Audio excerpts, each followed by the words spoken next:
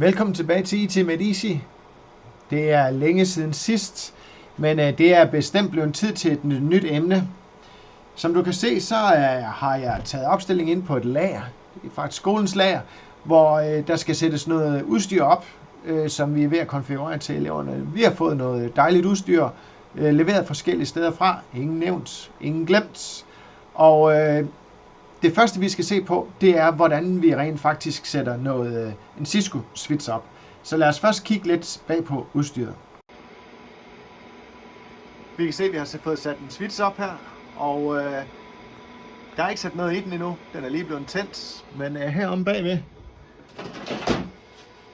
hvis vi bevæger os herop, så kan vi se, at her har vi et konsolkabel. Og det konsolkabel, det er rent faktisk sat ned i min computer, hvor den er klar til at optage det videre forløb. Nu er det min computer frem, og vi skal ind i min enhedshåndtering. Og den kommer selvfølgelig over på den anden skærm. Sådan skal det jo altid være, når man arbejder med sådan noget her. Det er logisk. Det skal ikke være nemt. Men den trækker lige over, så vi kan se den på skærmen lige om et øjeblik, når den åbner. Så den har vi her, og det vi er interesseret i at finde, det er det, der ligger hernede i bunden, der hedder porte. Og der kan jeg se, at jeg har den her USB to serial COM-port COM3. Den information skal jeg bruge inde i mit program, som jeg rent faktisk skal bruge til at åbne den med. Det program, jeg skal bruge, det har jeg hernede i bunden. Det hedder Putty, og se beskrivelsen af videoen her, hvor du kan downloade det fra. Men jeg åbner simpelthen Putty. Og den skal selvfølgelig også over på den anden skærm, det er logisk. Sådan. Den var her.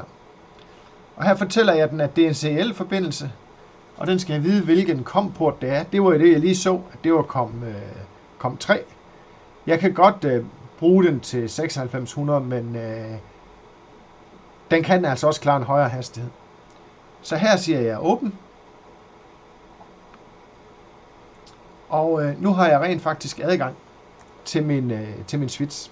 Jeg bliver mødt af den her prompt, hvor den siger, velkommen til switchen, og hvilken mode er du nu i? Jeg kan godt se, at det her det bliver måske lidt småt, så vi tager lige og kigger på, og får gjort den her lidt større.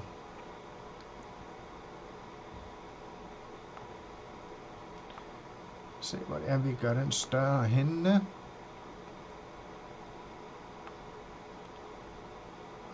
Vi kan godt se det, hvis vi sådan koncentrerer os en lille smule.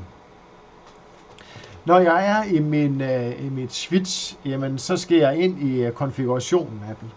Det gør jeg ved hjælp af kommandoen enable. Og nu er det er en brugt switch, som jeg lige har nulstillet og gjort klar. Nu kan jeg også se, at den har den her hashtag, så nu er jeg altså kommet ind i mit enable mode. Her skal jeg have konfigureret blandt andet mit navn på min switch, og det gør jeg ved at skrive configure terminal. Men det er altså et langt navn. Så det kan jeg vælge at sige conft til. Det giver det samme. Så skal jeg have givet min switch et navn, og det hedder hostname. Men i Cisco-verdenen, så har jeg mulighed for at lave nogle forkortelser, og ikke skrive navnet fuldt ud. Så det har jeg gjort her, jeg skriver host, og når jeg så trykker på tabulator på tastaturet, så fortæller den mig så, at det var hostname. Hvis det nu var, at jeg bare har skrevet H for eksempel, så vil den sige, det kan jeg ikke. Hvis jeg bruger spørgsmålstegn, så kan jeg se, at det er fordi, der er 2 kommandoer, der starter med H. Men skriver jeg derimod HO, jamen der er kun en, der starter med HO. Så derfor ved den godt, hvad det skal være for en. Hostname S5 kalder vi den bare. Og så kan jeg også se, nu ændret den her så ude. Så skal vi have sat et password på den.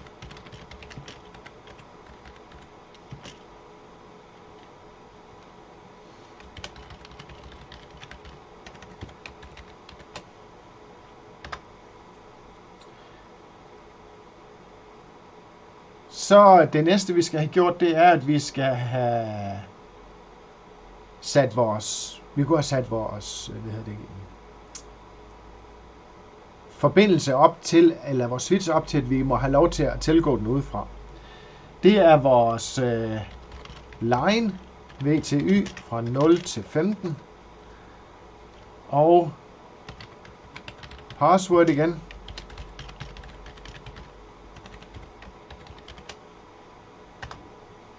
Og det skal bruges til login. Så er jeg færdig med at konfigurere den. Det samme kunne jeg have valgt at gøre for min konsollinje, altså den jeg sidder på lige nu. Så skal jeg have givet min switch en IP-adresse, for at jeg senere kan tilgå den. Den IP-adresse, jeg har på min switch, sidder på noget, der hedder et VLAN, altså et virtuelt Local Area Network. Så jeg vælger at sige interface, og her kan jeg også prøve at se, hvad har jeg muligheder. Jamen der kan jeg vælge nogle forskellige ting. Jeg kan vælge nogle porte, jeg kan vælge alt muligt. Fast Ethernet, Gigabit Ethernet. Men jeg har altså et VLAN, og det er den, hvor jeg skal have sat min IP-adresse på. Og det er VLAN 1. Så nu er jeg ved at konfigurere mit VLAN 1. Og igen IP-adress. Og den skal så have en...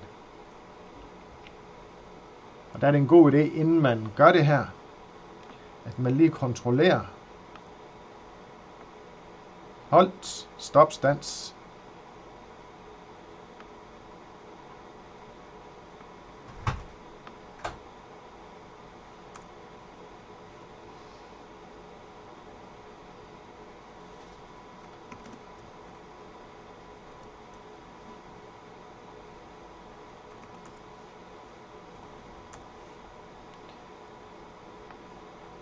Så inden jeg begynder at konfigurere IP-adressen, så prøver jeg lige at pinge den, for at finde ud af, om den overhovedet er online.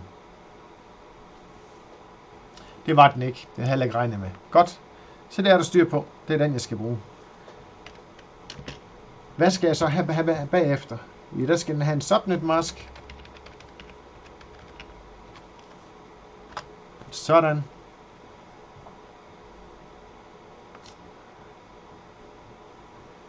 Så det var min IP-adresse.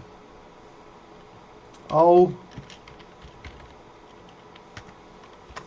så tænder jeg selvfølgelig mit interface ved hjælp af min commando no shutdown. Og så kan jeg også se, at den ændrer interface to op. Hvis jeg så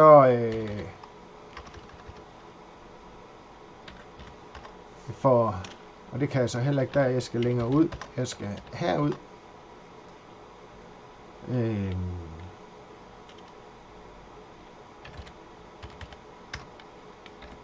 Copy, running,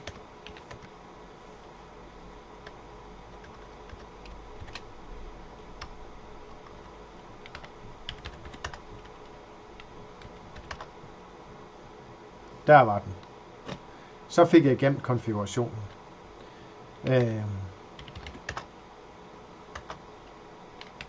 Så kan jeg vælge at sige show IP interface.